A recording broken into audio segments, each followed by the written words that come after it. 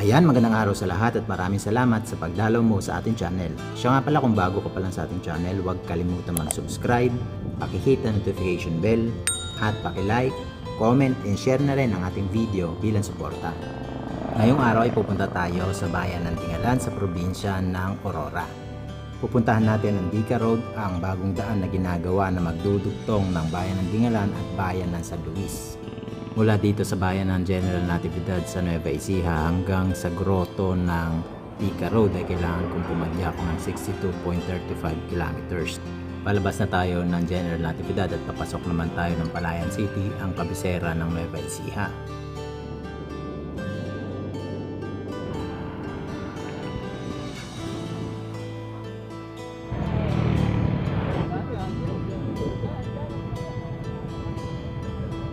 Siya nga pala, kung may mga lugar kayo na gusto nyo ipabisita at magawan natin ng video documentation, pwede nyo i-comment sa comment box sa ibaba at susubukan natin gawan ng video. Nandito na tayo ngayon sa tulay ng Dupinga. Ang Dupinga River nga pala ay isa sa mga atraksyon ng Nueva Ecija. Ang ilog ng Dupinga ay kilala bilang picnic ground. Marami ang dumarayong turista dito dahil sa lamig at linis ng tubig. Sa hindi nakakaalam, ang tubig ng Dupinga River ay galing pa sa kabundukan ng Sierra Madre. Para naman sa mga hiker at mountaineer, makikita sa taas ng Dupinga River ang Mount Sawi, isang hiking area.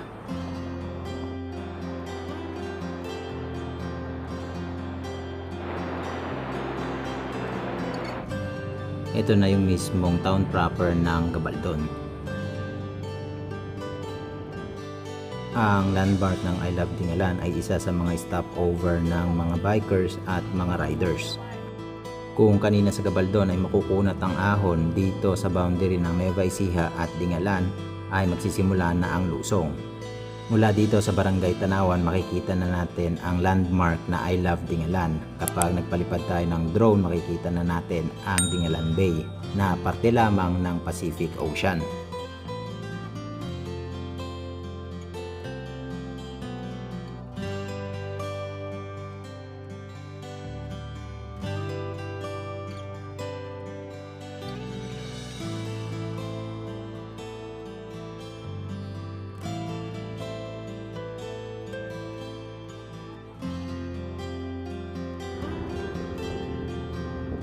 Kung kanina ay makukunat ang ahon sa Gabaldon, ito na yung pinakahihintay natin. Mula dito sa Tanawan hanggang sa Dingalan proper ay pababa na. Pero mamaya pag uwi natin, mahabang ahon na naman. Mula sa town proper ng Dingalan hanggang dito nga sa Tanawan ay ahon naman. Nandito na tayo ngayon sa mismong bayan ng Dingalan. Mula rito kailangan natin lumiko sa kaliwa papunta sa Barangay Paltik.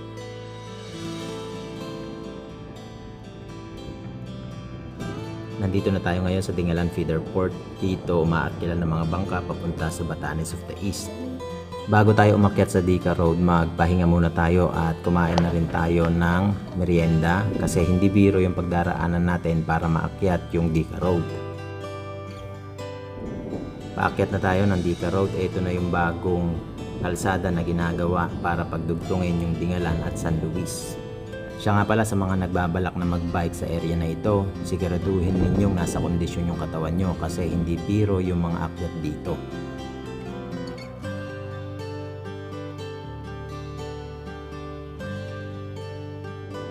Sa totoo lang, nakakapagod at nakakahingal yung pag-akyat dito sa Dica Road. Pero kapag naakyat na yung mismong kalsada, matatanaw na yung kalawakan ng karagatan na parte ng Pacific Ocean. At doon, mawawala na yung pagod na naramdaman natin sa mga ahon.